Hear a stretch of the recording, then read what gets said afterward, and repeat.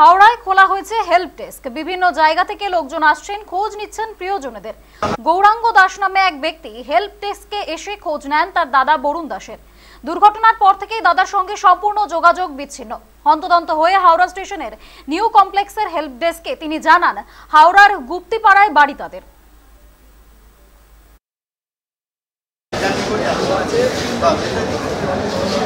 হ্যাঁ, যোগাযোগ হয়েছে, সুস্থ আছে, হ্যাঁ সব কিছু ঠিকঠাক আছে, ও বাড়ি ফিরে আসছে। ট্রেনে করে ফিরছে,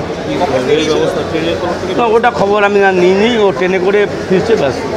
দুশ্চিন্তার মধ্যে ছিলেন? দুশ্চিন্তা তো হয়, একটা রেলের দুর্ঘটনা হয়েছে যেখানে প্রত্যেকটা দুর্ঘটনা এত এত লোক মারা যাচ্ছে, এত লোক ইনজিওর হচ্ছে, সেখানে ও সুস্থ স্বাভাবিকভাবে ফিরে আসছে। তাই তো হ্যাঁ, কাজ বাইরে ও ব্যবসা করে মুম্বাই। আপনার ভাইয়ের নাম?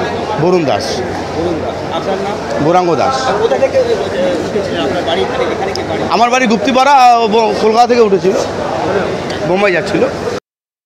মোটামুটি আমাদের কাছে যারা এসছে বা যারা ফোন করেছে, আমরা তাদের সাথে তাদের বাড়ির প্যাসেঞ্জারকে যোগাযোগ করানোর চেষ্টা করছি।